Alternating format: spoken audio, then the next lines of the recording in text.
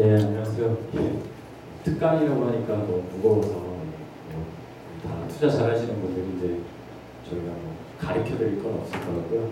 저희가 올해 1월 2일 날 정식적으로 출범한 엔젤 투자 회사입니다. 그러니까 엔젤 클럽은 아니고요. 100억 규모로 자기 자본 출자해서 초기 기업에 투자하는 회사를 작년 가을부터 이제 뜻이 통한 세 사람이 모여가지고 조용히 비밀리에 6개월 동안 준비해가지고 올해 1월 2일 날 설립을 했고요.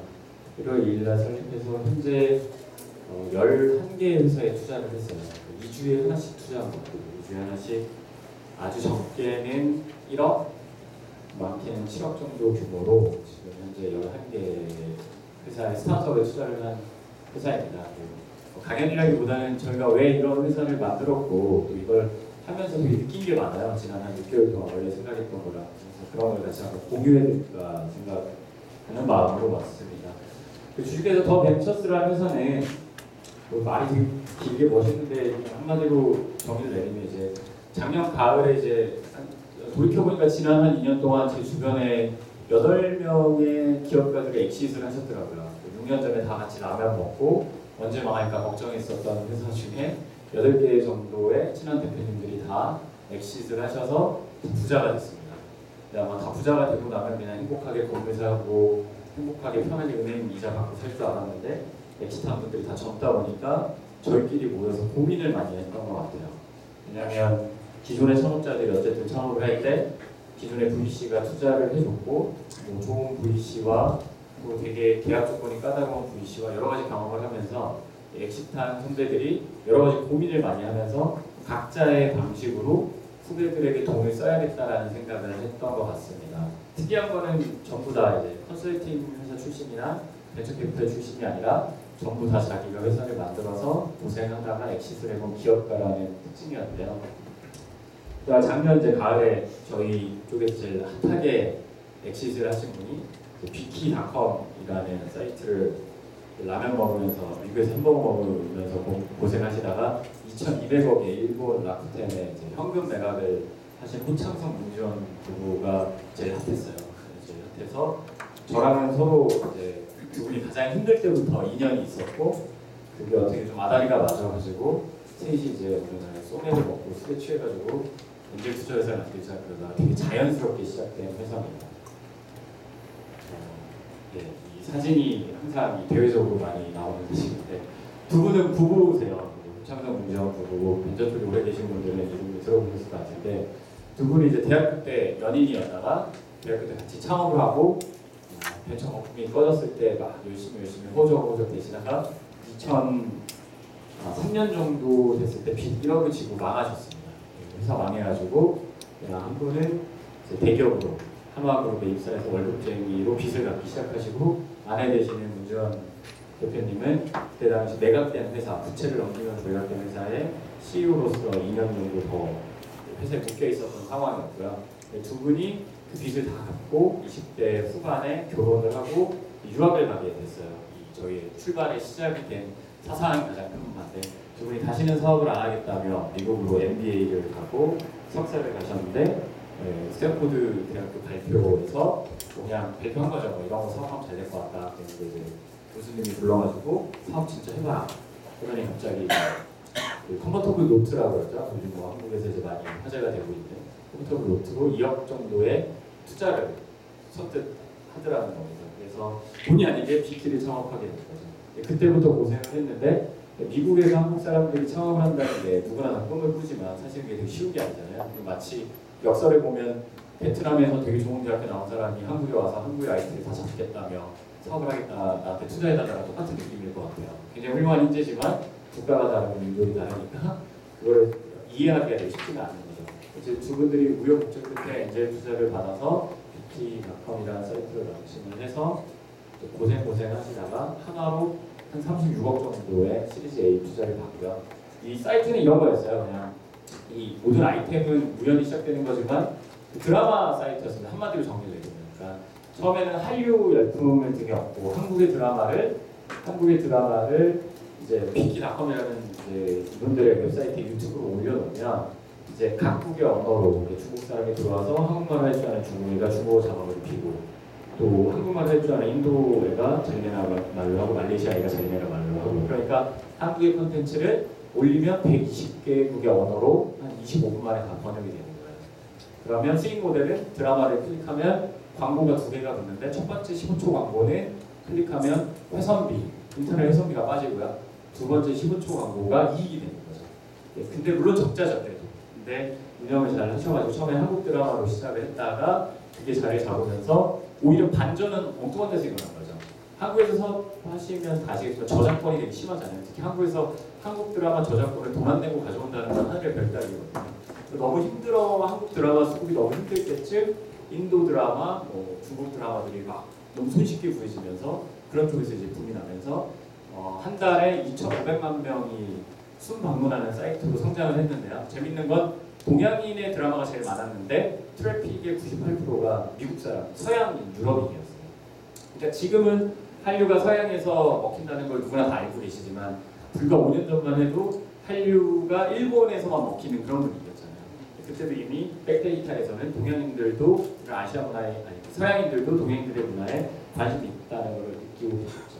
그리고 처음 투자 받은 35억을 다 까먹고 힘들어서 쓰러지실 때쯤 두 분이 미국에다 사무실 대신 페이퍼 컴퍼니만 놔두고 한국에 오셔서 한국의 PC방을 사무실로 그래가지고 맨날 게임만 하시면서 이 남국을 헤쳐나가려고 고생 1년 반 정도 한국에서 하시다가 장모님 댁에 다 계시면서 PC방에서 오퍼레이션만 하다가 1년 반 뒤에 약 300억 정도의 투자를 유치하면서 다시 미국으로 가시게 되면서 부활을 하게 되는 역전 드라마를 그때 되게 많이 그만두고 싶었다고 그러시더라고요. 그렇게 해서 지금은 빅키닷컴이 작년에 2,200억의 일본의 라쿠텐에 매각이 됐고 지금은 2,500만 유구일 때 매각을 하셨는데 지금은 4,000만 유구이라고 합니다.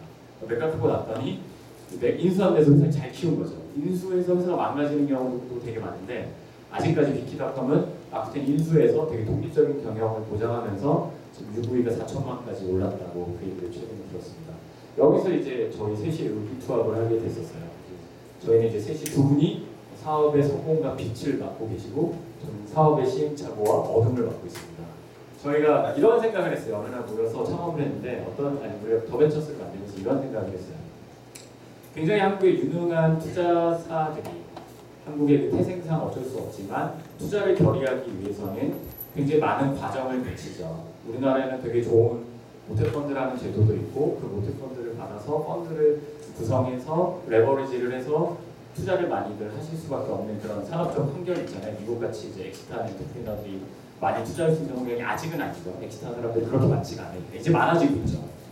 그러다 보니까 의사결정을 진짜 좋은 신세력이 좋은 회사에 투자를 하고 싶어도 자기네 회사가 가지고 있는 펀드의 색깔과 규모에 맞지 않으면 투자를 할 수가 없는 게 사실 현실입니다. 근데 그걸 탓할 수는 없죠. 그거는 어쩔 수 없는 산업 태생의 환경이니까요.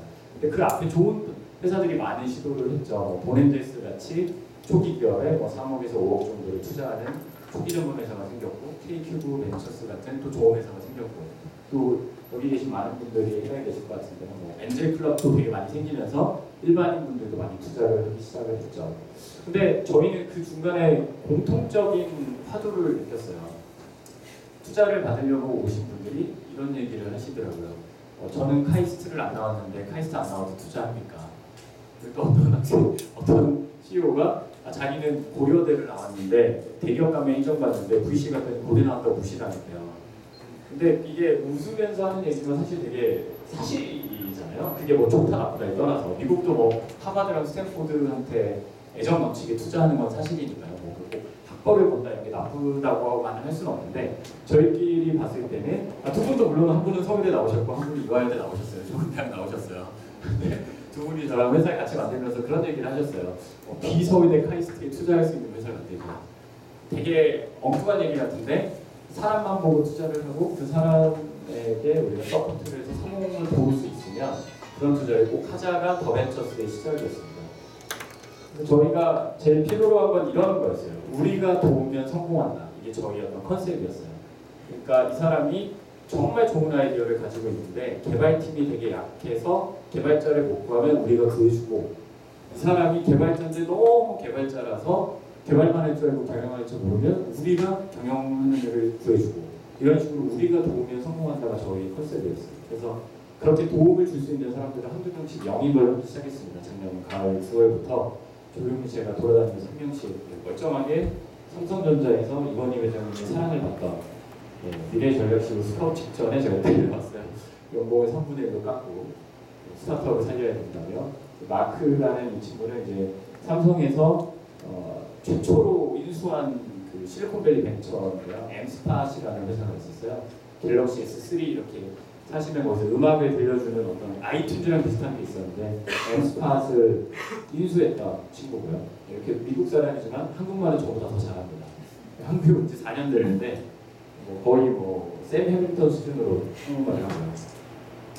그 이제 이진희 씨라고 이분은 이런 분들은 다 저희가 공통점이 있어요. 사업을 직접 해봤거나 기업가를 가장 잘 이해할 수 있는 사람을 영입한다가 첫 번째 목표였어요. 이진희 씨 같은 경우는 미국에서 오라클에서 10년 정도 근무하고 스타트업을 찾았다가 망하셨어요. 다시 한국에 와서 스타트업을 또 창업했다가 또 망하셨어요. 그리고 또 창업해서 그 나라에서 주는 정부 과제 예비기술 창업자 3천만 원을 연명하고 계실 때 저희가 이렇게 방황하고 계시지 마시고 저희랑 같이 하시자고 해서 저희가 영입을 해왔습니다. 그러니까 되게 중요했던 키워드는 이런 것 같아요. 사장님의 마음을 가장 잘 이해할 수 있는 그런 투자회사. 그래서 보면은 이제 이렇게 실제로 이 에드베이커 이제 보통 이런 회사 소개할 때 외국인 사진 되게 많이 넣잖아요. 되게 막 멋있어 보이잖아요. 되게 막 유명한 사람들 많이 있어요. 근데 저희는 실제로 이분들도 저희의 주주고요. 이 두 분은 다음 달에 주주로 들어오시는 분인데 에드베이커라고 이분은 프렌들리라는 SNS를 만들어서 페이스북에 매각하신 분이에요. 분이라고 하니까 되게 저기 안에 저보다 한 살 어린데 외모는 되게 나이 들어 보이죠.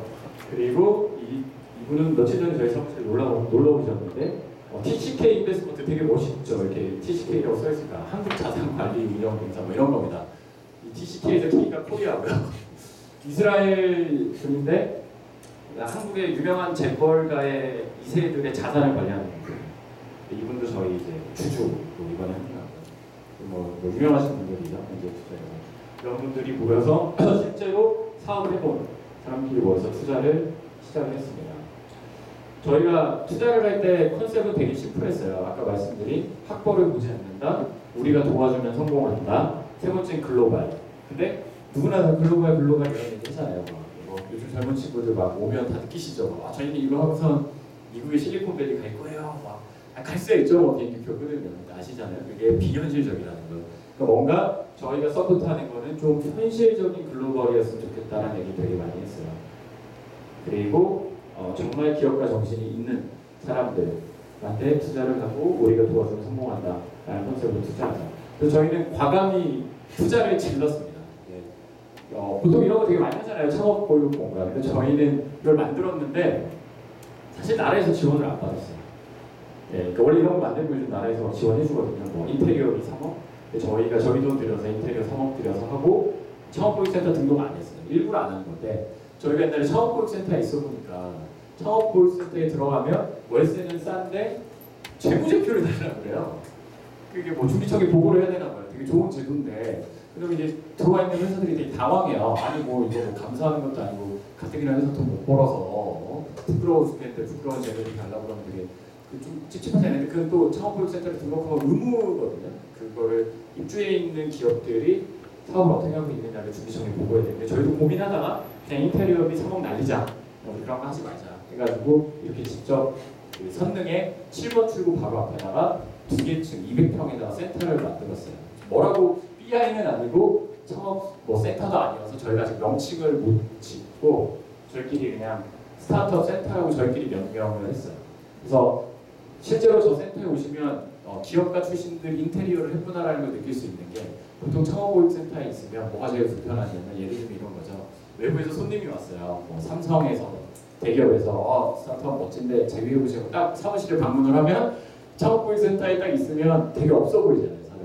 대부분 특히 대학교 창업교육센터는 오래됐기 때문에 아무리 있어 보이려고 해도 이렇게 허름하죠. 싸고 좋은데 반대로 기존의 창업교육센터도 뭐 예를 들면 무슨 비즈니스 센터에 들어가면 누가 봐도 비즈니스 센터인 티가 너무 나니까 사람들이 위축이 되더라고요. 스타트업 사장님들이 그런 경험이 있어가지고 딱 들어오면은 마치 이 전체가 다 우리 사무실인 것처럼 그렇게 과시할 수 있게 인테리어를 해드렸어요. 그리고 방마다 번호표가 붙어 102호, 102호 그걸 안 붙였어요. 이걸로.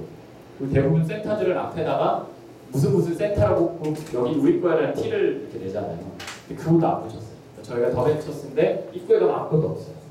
왜 그랬냐면 입주하는 회사들이 기죽지 말고 우리가 여기 얹혀있다고 생각하지 말고 누구랑 같이 있어도 과시할 수 있게 만들어주자가 저희 컨셉이었습니다. 이것도 이제 저희가 사업을 다 해봤기 때문에 해본 사람들이라서 그 경험에서 나오는 되게 자연스러운 그런 거였고요. 저희가 11개 회사에 투자를 했는데 그 투자한 사례 몇 개를 공유해 드릴까 해요.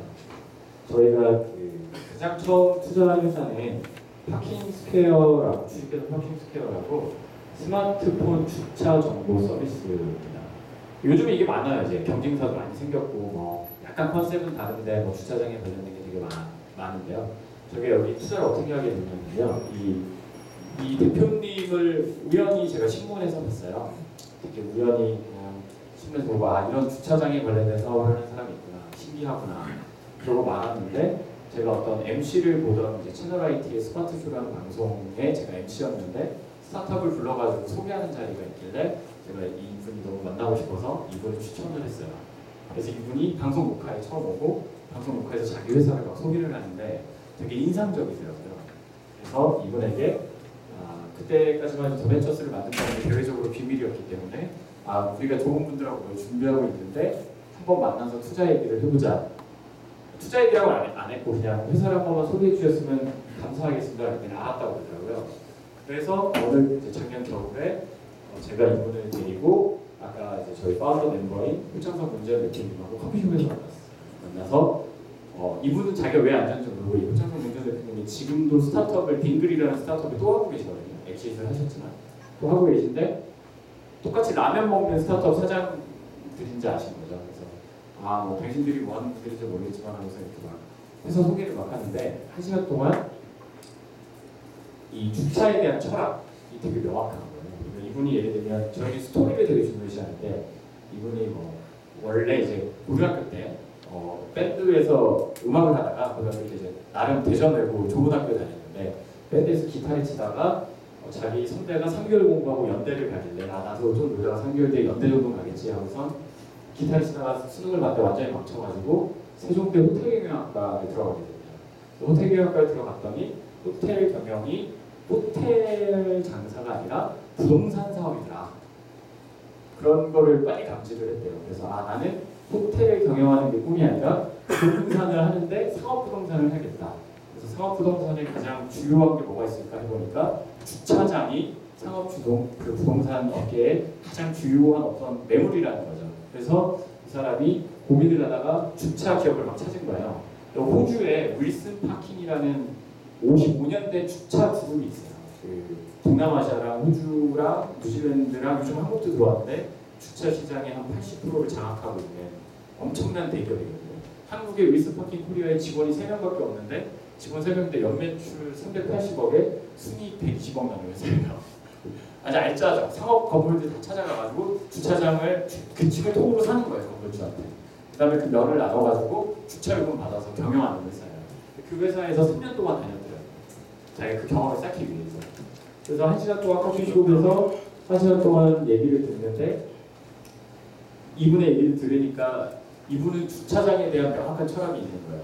호텔은 사람이 체크인을 하고 스테이를 하고 체크아웃하는 거다. 주차장은 차가 체크인하고 스테이하고 체크아웃하는 거다. 말이 되더라고요. 주차장이 갑자기 되게 멋있게 느껴지더라고요. 그래서 저희가 1시간 동안 그 얘기를 듣고 이분을 돌려보낸 후에 커피숍에서 돌려보낸 후에 이제 저희 셋이 이제 오케이 해야 투자를 하는데 두 분이 이제 그때말로 뻑 가신 거죠. 되게 화장실 갔다 오시더니 야 투자하자 해가지고 1시간 만에 이제 투자 결정이 나서 이분은 집에 가고 계셨는데 저희가 전화를 해서 대표님 저희가 방금 투자를 하기로 결정을 했는데 저희 투자를 받아주셨으면 좋겠다 그랬더니 당황하시는 거예요. 당신들 뭐 하는 사람이냐고. 그래서 사실은 아까 그 두 분이 이제 효창성 문제가 대표라고 그분이 저기 BT라면서 2,200억 엑시트한 분들인데 우리 셋이 이제 더벤처스라는 회사를 만들고 있었는데 대표님 회사에 첫 투자를 하는 거 결정을 했다 했더니 이분이 남산터널을 지나가다가 차를 옆에서 세워놓고 우셨대요. 그래서 왜 우셨냐고 나중에 물어봤더니 감동도 감동인데 왜 단 한 번도 회원이 몇 명이에요? 회원이 몇 명이고 트래픽이 얼마일 때 매출이 얼마나요? 뭐 이런 걸 안 물어보냐는 거죠. 저는 그런 질문 안 했거든요. 그건 별로 의미가 없는 것 같았어요. 엑셀 열어보고선 회원당 얼마의 이익이 날 때 BM은 뭐예요? 그거 다 알면 저희가 만들 때 했던 얘기가 있거든요. 어차피 사업은 진입해서 몇천 명이다. 하늘은 드시고 망하든 성공하든 그건 아무도 모르는 신의 영역이다. 근데 그걸 수치로 미리 고민한다는 건 저희가 회사를 만드는 의미가 없는 거죠. 그러니까 더벤처스라는 회사는 사람의 스토리와 사람의 어떤 그런 철학, 그 사람이 가지고 있는 느낌. 근데 이 회사도 엄청난 약점이 있었어요. 저희가 투자를 해보고 보니까 저희가 투자를 막 바로 지르고 나서 투자 축하드려요. 그래서 같이 소맥 먹고 막 와 화이팅 이러고 이제 딱 말하는데 나중에 이제 그때 가서 이제 뒤늦게 앱을 켜본 거죠. 선 투자 후 이제 작동을 해봤는데 이게 안 열리는 거예요. 하는 거예요. 그래서 이거 심각한데 해서 여쭤봤죠. 뭐가 문제냐. 이제 우리가 투자를 했으니까 우리한테 솔직히 얘기해 주면 좋겠다. 그랬더니 알고 보니까 CTO가 저거였던 거예요. 그 파트타임 CTO였던 거죠. 그러니까 투자를 받을 때 이분이 마지막에 솔직하게 얘기를 하긴 하셨는데 도장 찍기 직전에 뭔가 그 사람이 파트타임으로 열심히 해줄 거다라고 해서 이해관계에 의해서 CTO를 빼고 도장을 찍었어요. 근데 알고 보니까 그게 도장 찍고 나니까 자연스럽게 굿바이가 된 거죠, 그들은. 그러니까 그 CTO는 아예 안 오고 그동안 고생한 거 돈 1,000만 원 주고 하고 이제 그냥 굿바이 해버린 거예요. 근데 그거를 이제 저희한테 숨겨야 된다고 생각을 하셨나 봐요. 아마 그러니까 괜히 뭐 일부러 숨기신 건 아니고. 그러니까 이 버그만한 프로덕트로 계속 영업만 하고 계신 거죠. 그래서 한 2달 뒤에 그 느낌이 확 또 사업 많이 해봤으니까 저희 기업가들은 그 촉이라는 게 오잖아요. 뭔가 업데이트가 안 돼. 그럼 분명히 CTO랑 머리끄댕이 잡고 싸웠던가 뭐 그런 거 있는 거거든요. 그래서 소맥을 또 사드리면서 진단을 해보니 사실은 개발팀이 지금 엉망인 상태다. 그런 거 빨리 알려주셔야지. 그러고 보니까 이분만의 문제가 아니라 우리는 언젠가부터 한국에서 투자를 받고 스타트업을 운영하다 보면 투자자한테 멋있게 얘기해야 되는 게 버릇이 된 거예요. 그렇죠? 그러니까 사업을 하다 보면 별의별 일이 다 생기잖아요. 뭐 적절할 때 부사장이 배신해주고, 그죠? 시간 좀 지나서 지칠 때쯤 되고 에너지 좀 차일 때쯤 되면 네 번째 직원이 특허 삼성에 팔고 도망가고 이런 거 정도는 원래 사업의 기본이잖아요. 굉장히 뭐 여자친구가 오빠 언제 결혼해? 우리 뭐 대기업 가면 안 돼? 그럼 여자친구랑 헤어져야 되고 이런 기본적인 루틴들이 있는 것 같아요. 수학의 정석처럼 창업의 정석, 견뎌내야 되는 고독한 CEO들의 어쩔 수 없는 숙명. 근데 항상 멋있는 얘기, 투자자들한테는 힘든 얘기를 하면은 투자자가 야 좀 불안한데 이런 얘기를 해버리면 그러니까 어떻게 보니까 스타트업이 그런 식으로 골마가지고 문제가 있으면 사실은 뭐 세 번째 멤버가 직원 4명을 데리고 독립을 하려고 하거든요. 이런 일이 되게 많이 생기거든요. 그럼 빨리 얘기를 해야 더 좋은 사람을 충원하게 해주든가 나가려는 3인자를 설득해드리던가 뭔가 해야 되는데 계속 골마가더라고요. 그래서 그런 거가 되면 안 되겠다. 우리가 도움을 줘서 해야겠다 해서 여기에다가는 아예 저희가 어떻게 했냐면 이거는 꼭 저희가 공유해드리고 싶고 오늘 공유해드리고 싶었던 것 중에 하나인데 미국에는 피보탈 랩이라는 회사가 있어요. 여기 계신 분들 아마 많이들 느끼실 텐데 대부분 우리가 엔젤 투자를 하는 회사들이 대부분 스마트폰 기반 아니면 IT 기반이죠. 대부분 뭐 제조 유통업에도 많이 하시지만 어쨌든 엔지니어가 베이스가 돼야 되는 기본적인 비즈니스가 되게 많잖아요. 미국의 피보탈 랩이라는 회사가 있는데 이 회사가 뭘 하는 회사냐면 아주 유명한 어떤 벤처캐피탈이 스타트업에 투자를 하고 나면 피보탈 랩에서 컨설팅을 받으라는 지시를 해요. 주주로서. 그게 뭐냐면 이제 보스턴 컨설팅이나 맥킨지 같은 이런 비즈니스 컨설팅 펌들은 비즈니스 진단을 해주는 거잖아요. 근데 미국의 피보탈 랩이라는 데는 테크 컨설팅을 해주는 데예요.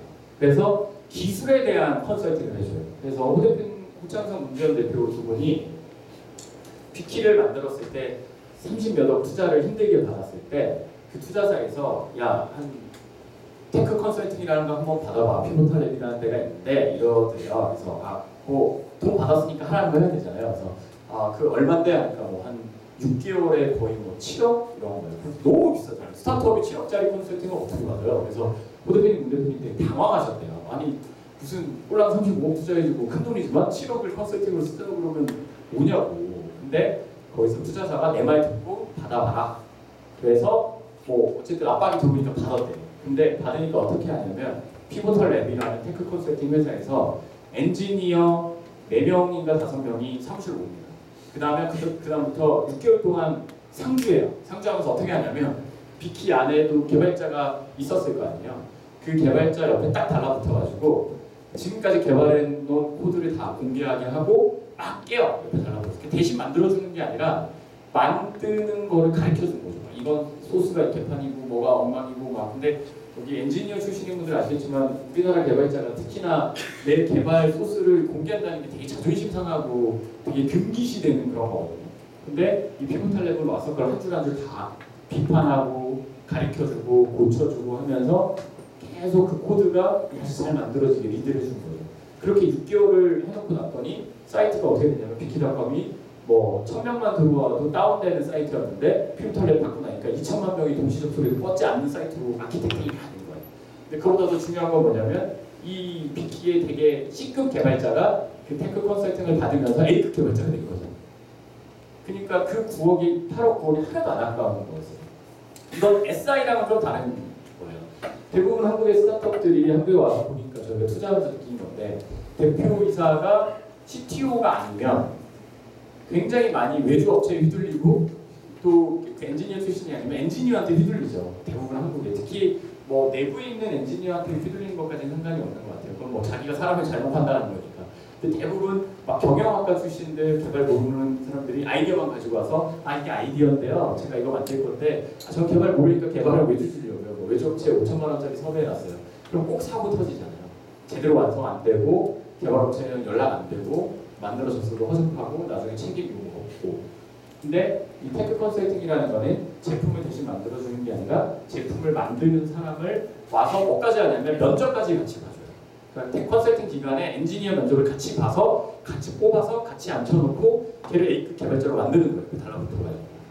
근데 그게 미국엔 되게 활성화가 돼 있는데 한국에 그게 없어서 저희가 이 더벤처스라는 투자회사를 만들 때 피보탈 랩을 만들려고 유명한 개발자를 다 컨택해서 만나가지고 테크 컨설팅이라는 게 있으니까 이런 거 해봐라. 되게 보람질 거다. 근데 대부분 우리나라 개발자는 그 얘기를 못 알아들어요. 그게 뭐야? 뭐 SI잖아. 돈 많이 받는 SI. 계속 오해를 하시더라고요. 그래서 되게 고생하다가 이번에 지지난주에 옛날에 드림위즈의 CTO였던 어떤 유명한 사장님이 하는 회사에 저희가 전략적 투자를 하면서 그 회사가 이제 저희의 테크 컨설팅 회사가 되기로 완전히 회사 균형 그 모양을 바꾸고 있어요. 그래서 거기가 첫 번째 프로젝트로 파킹스퀘어 파크이어의 앱을 처음부터 다 갈아엎는 작업을 갈아엎고 이쪽에 같이 면접도 봐주고 엔지니어 팀을 강화시켜주는 그런 6개월짜리 컨설팅 계약을 처음 했어요. 그런 시도를 저희 더벤처스가 하고 있습니다. 그러니까 이 회사 같은 경우에 바로 딱 그런 거였죠. CEO의 가장 큰 장점은 주차 산업에 대한 가장 큰 이해, 그 어떤 주차 정보 회사보다 가장 강력한 마인드. 단점은 개발의 개자도 모르고 CTO로 도망갔다는 거. 그래서 어떻게 해요? 돈은 이미 넣는데 망하게 둘 수는 없잖아요. 그래서 저희가 대안한 방법은 아까 말씀드린 테크 컨설팅을 할 수 있는 그 컨설팅 피보탈 앱이라는 거에 투자를 해서 개발을 이제 다음 주부터 완전히 다 갈아엎어주고 있는 단계입니다. 여기 이제 저희가 4번째 투자한 회사인데요. 이 회사도 되게 의미가 있었던 것 같아요. 이 회사는 창업자분이 되게 유명한 게임 개발자예요. 예, 되게 유명한 게임 개발자인데 이분은 넥슨이라는 게임 회사에서 홈라이더라는 게임을 만들던 엔지니어 중에 한 분이었고 넥슨에서 나와서 스타트업을 차려서 넥슨에서 투자 받아서 사업을 한 2년 정도 하다가 지분을 다 포기하고 나왔어요. 그러니까 회사 방향이 좀 달라가지고 자기 생각했던 투자 받고 많이 달라져서 나와가지고 이 노분이라는 회사를 혼자 다시 만들었는데 이분이랑 투자할 때는 이분이 독립했다는 얘기를 듣고 제가 찾아가서 삼겹살에 소맥을 사드리고 새로 만들고 있는 게임 한 번만 보여주세요 했더니 이제 휴대폰으로 데모를 이렇게 딱 보여주는데 머리끝에서 발끝까지 소름이 쫙 돋는 거예요. 이거 무조건 된다. 이 게임은. 근데 이 게임이 왜 된다고 저희는 판단을 했냐면 이 게임이 사실 한국에서 기존에 투자하던 회사들이 보면은 투자 안 할 것 같아요. 왜냐면 이게 카카오톡 게임도 아니고 그런 게임이 아니에요. 한국에 이게 트위터 기반을 한 게임이었어요. 트위터라는 소셜미디어 쓰시면 이렇게 팍 땡기면 이렇게 탁 올라가면서 글자로 이렇게 글 쓰잖아요. 근데 이분이 한국 토종인데 굉장히 글로벌 마인드가 강하세요. 뼛속까지 한국 토종인데. 근데 이 게임을 리니지처럼 위에는 이렇게 화면이 요만큼 돌면서 리니지처럼 돌아가고 이 밑에는 트위터처럼 140자로 125자로 글을 쓰면 그 글대로 서로 커뮤니케이션 하면서 MMRPG 하는 거예요. 일종의. 그러니까 그런 개념이 없었는데 이분 이걸 만들어서 어디에 런칭할 거냐 물어보니까 캐나다 앱스토어에다 먼저 런칭을 하고 반응을 본 다음에 뉴질랜드 앱스토어에 런칭하고 반응을 보친 다음에 미국이랑 유럽에 쫙 깔 거다. 이걸 딱 보면서 소름이 쫙 돋아서 우리가 도와주면 성공하겠다라는 생각에 엄청나게 원포를 해서 여기는 이제 2시간 만에 투자를 했죠. 저희가 의사결정하는데 1시간, 이 대표님이 저희의 돈을 받기로 결정하는데 1시간. 왜냐면 워낙 유명한 분이었기 때문에 저희 말고 어떤 굉장히 유명한 벤처 캐피탈에서 뭐 저희는 더 낮은 밸류에 투자했는데 50억 밸류에이션에 뭐 80억 밸류에이션에 투자합니까? 한 사람밖에 없는데 이 사람 캐리어를 보고 그랬는데 이분이 거기다 훨씬 적은 밸류에 저희 투자를 받으셨어요. 이유는 되게 간단했죠.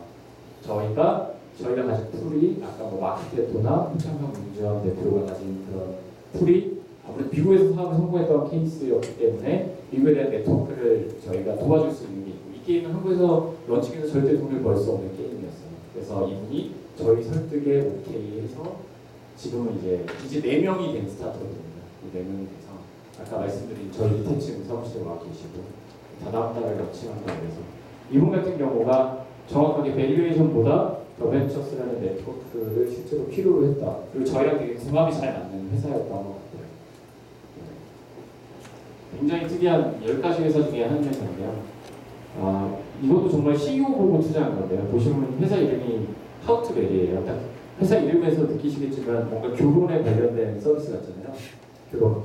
이 친구가 사실은 6년 전에 저하고 인연이 있었어요. 6년 전에 이런 스타트업 열풍 불기 전에 웹 2.0 거품 꺼지고 꽝꽝 얼어있던 시절에 6년 전에 소프트뱅크 벤처스에서 그 소위 말하는 요즘 표현으로 불리면 인큐베이팅이라고 하죠. 지금 인큐베이팅이 너무 많지만 6년 전에는 없었거든요. 리트머스라는 프로그램을 했었어요. 소프트뱅크 스타트업 키우겠다. 9개 선발해서 끝까지 살아남은 애들 몇 개 투자했는데 그 중에 가장 인기가 많았던 루키라는 애들이 있었어요. 루키라고 이제 그때 당시 한국의 페이스북을 표방했던 거기에 부사장이었어요. 이 친구가 공동 대표이자 사실상 부사장. 이 친구가 그때 자기네 스타트업을 성공시키겠다며 과외방을 해가지고 이 과외방으로 한 달에 1,000만 원씩 분담해서 고액과외를 아파트 빌려가지고 1,000만 원씩 벌어가지고 회사에다 계속 때려가는 거죠. 자기는. 다른 공동 대표가 사업을 하고 근데 결국 그 회사 망했어요. 망하고 이 대표가 이제 우울한 마음에 난 다시는 스타트업 안 해 하고선 대우해양 조선 대우중공업에 취직을 한 거죠. 취직을 해서 1년 동안 대기업 직원으로 열심히 잘 살면서 돈을 벌면서 결혼 준비를 했대요. 같은 입사 동기와 이제 사내 커플이면서 결혼 준비를 하다가 스타트업을 다시 안 하면 평생 후회할 것 같아서 나는 스타트업을 해야겠으니 날 응원해줬으면 좋겠어. 그랬더니 그 여자분이 아니 오빠 대기업 잘 다니고 있어야지 스타트업을 왜 해? 그럴 거면 나랑 헤어져 해가지고 파혼을 했어요. 파혼을 하고 이 회사에 설립했어요. 그게 저희의 마음을 움직였죠. 싫어해요. 진짜 이보다 더 갈변할 수가 없다. 진짜 문지원 대표님이 처음에 저한테 묻더라고요. 아니 김현진 대표는 왜 이렇게 이 회사에 꽂혔냐? 이런 오프라인의 웨딩을 스마트폰으로 가져오겠다 이런 업체들이 그렇게 많았는데 성공한 업체가 없지 않냐? 당연히 없죠. 없었어요 아직까지. 분명히 오프라인 우리나라 웨딩 시장이 시장 규모가 20조래요. 20조.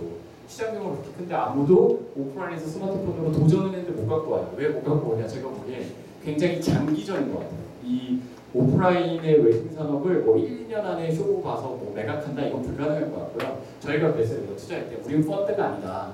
우린 청산 기간이라는 게 없다. 10년 안에만 성공해라. 10년 뒤에 우리가 질병에 걸릴 수 있으니 우리 펀드가 아니니까 뭐 중간에 청산 안 해도 된다. 했죠. 이 경우도 정말 사람만 보고 투자한 경우였어요.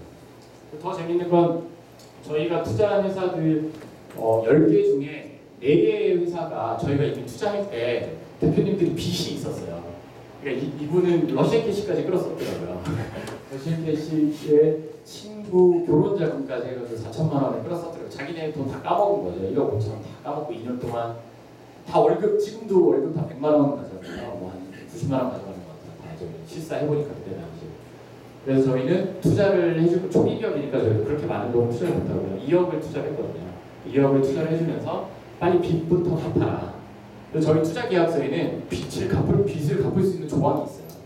그러니까 대표가 빚이 있는데 돈을 넣으면서 야 이거 빚 갚으면 안 돼 이래버리면 그 사람 얼마나 힘들까. 예전에 사업할 때 그게 되게 빡셌잖아요. 그래서 2억 입금해주자마자 어떤 해프닝이 있었냐면 죽음이 납입이 되면 당연한 얘기지만 등기를 먼저 해야 되잖아요. 주식을 발행하고 그리고 빚을 갚아야 되잖아요. 우리 너무 마음이 급해가지고 2억을 써줬는데 빚을 먼저 갚은 거예요. 그래서 야야 그러면 안 되지. 증자부터 해야지 증자. 그래서 그 빚 갚은 사람들한테 다시 전화해서 미안한데 돈 좀 다시 돌려달라고. 그래가지고 그날 돈을 다시 다 돌려받고 다음날 등기하고 다시 빚을 갚고 말도 안 되는 분도 있었어요. 어떻게 보면은 그런 것 같아요. 이제 그 말문데요, 이야기의 말문데 사실 어떻게 보면 저희도 이 더벤처스라는 투자 회사를 만들 때 굉장히 무모하지 않나라는 얘기를 들었어요. 그러니까 뭐 심지어 저희는 그런 얘기도 들었어요. 모 유명 벤처캐피탈 사장님이 고창석 대통령을 찾아와서 그런 얘기를 하셨다고요. 왜 니들끼리 착한 척하냐? 성공했으면 강남에 건물 100몇십억짜리 사가지고 편하게 월세라고 하고 살지. 근데 저희 그게 되게 충격이었거든요. 네, 오 대표님 굉장히 젠틀한 분인데 그날 저를 집 앞에 부르셔가지고 소주를 막 새벽을 막 연거푸 드시더니 우리가 왜 틀렸다고 생각하는지 모르겠다. 우리는 착한 척을 하는 게 아니라 우리는 다른 길로 투자하려고 노력을 하는 건데 한국의 투자자들은 지금 한국에서 투자받는 스타트업 사장들은 도대체 어떤 투자자들한테 돈을 받는 거냐. 그동안 되게 놀랍다. 물론 너무 좋은 투자자들도 많으시죠. 근데 뭐 불과 아시겠지만 뭐 3년 전, 4년 전만 해도 정말 막 이렇게 막 그 독소 조항도 되게 많고 투자 계약서에 이게 투자인지 사채인지 돈을 빌려주는 건지 헷갈리는 그런 계약서들이 되게 많더라고요. 그래서 저희는 투자 계약서 만들 때도 굉장히 대한민국에서 되게 제일 착하다는 어떤 굉장히 제일 착하다는 투자 회사의 계약서를 샘플로 받아서 거기서 8장을 더 줄였어요. 막 뭐 이런 거죠. 뭐 3년 안에 마음 떠나면 뭐 한다 이런 거. 마음 떠났는데 떠난 애한테 페널티 뭐 이건 뭐 하자고요. 다 빼자 해서 아직까지는 창업자 위주의 투자 계약서 중심으로 투자를 하고 있고요. 한편으로는 이제 저희도 스타트업인 거죠. 투자 회사지만 더 벤처스라는 회사도 스타트업이에요. 저희도 앞으로 시행착오를 하겠죠. 저희가 지금까지 11개의 회사에 6개월 동안 투자를 했고 이송년생 연말까지 20개를 돌파할 것 같아요. 그러면 이제 어느 회사는 망하고 어느 회사는 성공하겠죠. 모든 회사는 성공하면 좋겠지만 그러면 이제 이 개수가 얼마나 많이 성공하고 얼마나 많이 실패하느냐의 그 수치가 대의적으로 3년 뒤에 야 더벤처스가 하는 투자 방식도 되게 옳았다. 사람만 보고 투자해도 도와주면 성공한다가 정말 먹히더라가 검증이 되느냐. 아니면 3년 뒤에 저희가 투자한 수십 개 회사가 다 망하면 그거 봐 한국에서 저렇게 착하게 투자하면 다 손해보는 거니까가 될지는 저희도 모르겠어요. 저희도 신이 아니기 때문에. 하지만 저희 같은 철학을 가진 회사도 분명히 필요하다고 생각을 하고 저희가 이 회사를 만들고 되게 공유해드리고 싶었던 게 하나 있는데요. 정말 좋은 세상의 흐름이 오고 있더라고요. 그 좋은 흐름이라는 게 아까 저희 앞에 보여드렸던 그 외국인 파트너들이 사실 저희도 되게 놀랐어요. 이 성공한 굉장히 외국에서 성공한 애들인데 얘들이 그냥 맨 처음에는 그냥 어드바이저 역할만 외국에 살고 뭐 그렇잖아요. 뭐 도움을 받을 수 있어봐야 얼마나 받겠어. 뭐 도와주면 좋지만이었는데 저희가 더벤처스를 만들고 이들에게 가장 뭐 대표님 대학교 친구들인데 대학원 친구들인데 연락을 했는데 이분들이 한국에 온 거예요. 바로 비행기 타고 만나자고. 그래서 와서 이분들이 그냥 우리를 어드바이저로 넣지 말아라. 우리도 돈을 넣고 투자를 하겠다. 투자를 하고 같이 키워서 같이 미국으로 보내자.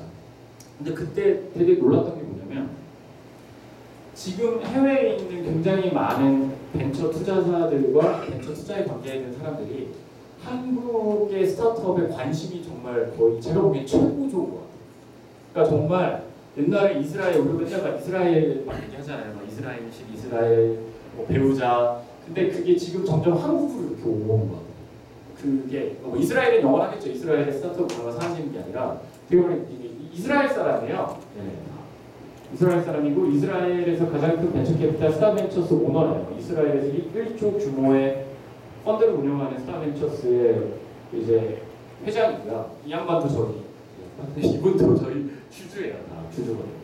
근데 되게 많이 놀랐던 게 이 사람들이 한국의 스타트업이 가지고 있는 역량과 그런 어떤 미래에 대한 어떤 그 밝은 기대 때문에 직접 인볼브를 했어요. 저희 더벤처스. 이걸 보면서 사실 되게 놀랐거든요. 그러니까 우리가 막 맨 땅에 헤딩한다고 투자하는 회사들이 저 미국 가서 실리콘밸리 가서 뭐 유명한 Y 콤비네이터 가서 IR 한번 해볼게요. 이런 것도 되게 멋있는데 역으로 생각을 해보니, 역으로 생각하고 역으로 사람들을 만나보니 외국에 있는 이런 좋은 사람들이 한국에 와서 야 나 어디에 주주로 합류할 데 없을까? 뭐 투자회사 중에 괜찮은 데 없어? 라고 찾을 정도의 환경이 조성되고 있다는 게 사실 되게 신기했어요. 우리가 항상 이 안에 이 폭 안에 있다 보니까 그게 남이 나라 얘기 같은 거고요. 사실은 그 보폭을 조금만 넓히면 물론 이제 저희 회사의 태생상 저도 호주에서 고등학교 대학교 나왔고 문 대표님 뭐 미국에서 어쨌든 엑시스트고 뭐 이런 백그라운드가 있으니까 물론 저희가 그런 거에 접근하는 방법이 되게 좀 가볍게 접근해서 오히려 좋은 기회를 만든 걸 수도 있지만 확실한 거는 이 한국의 그 수많은 창업자들이 스마트해지면서 한국 시장에 이런 스타트업에 관심 받는 그 관심을 갖고 있는 글로벌 투자자들이 굉장히 많다. 그래서 그게 엔젤클럽이든 저희처럼 초기 기업 전문 투자회사들, VC든 정말 좀만 노력을 하면 해외의 자본을 되게 잘 끌어올 수 있다. 투자사 자체도 스타트업이 아니라 투자라는 기관도 그런 확신을 얻었고요. 다만 그 과정에서 확실히 느낀 건 한국의 법인을 가지고 있으면 정말 외국인이 투자하기 힘든 구조다. 정말 막 6개월씩거리고 달러 한 번 한국으로 받으려면 너무 힘들어서 그냥 미국에다가 법인을 만드는 게 제일 속 편하더라고요. 미국에다 법인을 만들고 요즘 스타트업 창업자들이 어느 정도 영리하냐면요. 저희가 투자를 10개 했는데 10개 중에 11개 했는데 11개 중에 3개의 스타트업이 본사가 미국에 있어요. 그리고 저희가 달러로 투자를 했어요. 그러니까 원래는 한국에 있었어요. 한국에 있어요. 실체는 한국에 있는데 한국에 R&D도 있고 다 있어요. 한국에 주식회사가 있는데 어차피 외국에서 성공을 하려고 하면은 이 해외 법인이 있어야 된다는 걸 명확하게 아니까 요즘 어떻게 하냐면 미국에 이제 델라웨어 같은 데다가 페이퍼 컴퍼니를 만들죠. 우리나라에서 옛날에 그 재벌들이나 탈세하려고 페이퍼 컴퍼니 조세피 쪽에다 데려오는 이미지가 되게 안 좋은데 요즘 스타트업 똑똑한 친구들은 델라웨어에다가 페이퍼 컴퍼니를 만든 다음에 변호사 써서 그 회사의 100% 자회사를 한국 자기 스타트업을 만들어요. 그 다음에 투자를 달러로 받아요. 10만 불, 100만 불. 한국 투자사들이 그쪽 달러로 쏴주는 거죠. 그럼 얘네가 그 달러를 한국 자기네 회사에다 쏴줘요. 뭐 외주 뭐가 됐든 뭐가 실제 오퍼레이션이 여기서 하는 거죠. 그렇게 해서 여기다 트랙 코드를 남기는 이유 자체가 외국 애들이 투자 잘할 수 있게 또 외국 애들이 뭐 M&A 할 수 있게 쿠팡이 그런 케이스였죠. 이번에 뭐 쿠팡이 1조 밸류에이션으로 미국 최대 벤처 캐피탈 세콰이어한테 1,000억을 투자를 받으면서 되게 화제가 됐잖아요. 애플에 투자했던 회사가. 근데 그 쿠팡도 모 회사는 미국에 있어요. 그러니까 뭐 아무것도 없겠죠. 거기는 서류상의 항목이겠죠. 근데 이게 정말 한 끗 차이인데 별거 아닌 것 같은데 굉장히 스마트해서 이렇게 만드는 친구들이 되게 많이 들었어요. 요즘 한국 토종들도 놀라울 정도로. 그래서 이게 점점 창업자들은 스마트해지고 우리 투자자들도 엔젤클럽이든 초기 기업 전문 회사든 우리도 똑같이 스마트해지지 않으면 이제 스타트업 사장들의 스마트함을 못 쫓아가서 투자자들이 낙후되는 약간 그런 느낌? 물론 이제 안 좋은 네거티브도 있죠. 너무나 많은 투자 엔젤클럽과 투자 초기 기업 회사들이 생기면서 굉장히 많은 스타트업 사장님들이 눈이 높아져가지고 공감들 많이 하실 것 같은데 눈이 너무 높아져가지고 막 제요. 그죠? 막 연예기획사가 모르듯이 소녀시대가 막 YG에서 커야 될까, SM에서 커야 될까, 투자사가 연예기획사라고 표현을 하고 굉장히 이것도 다루기 힘든 이슈가 될 것 같긴 한데 한편으로는 그만큼 하향 평준화되고 창업자 수는 느는데 그 안에서도 톡톡 부러지게 잘하는 창업자들은 또 되게 자신들의 방식으로 잘해 나가고 있는 게 아닌가. 그러니까 마치 그 부로 따지면 부익부 비닉빈처럼 창업도 정말 스마트와 정말 안 스마트 두 부류를 이렇게 분리가 되고 있는 것 같아요. 그런 이 역동의 시기에 그런 저희 같은 투자 회사들이 또 엔젤클럽들이 많이 나왔으면 좋겠습니다. 저희는 벤처 캐피탈이 아니기 때문에 이해관계 없이 투자를 되게 알차게 잘할 수가 있어요. 뭐 여기 오신 분들하고도 좋은 인연으로 이어져서 향후에 뭐 여러분들이 투자하시는 회사에 연계되거나 아니면 또 관심 있는 업체들과 좋은 인연으로 이루어졌으면 좋겠습니다. 지금까지 더벤처스의 김현진이었습니다. 감사합니다.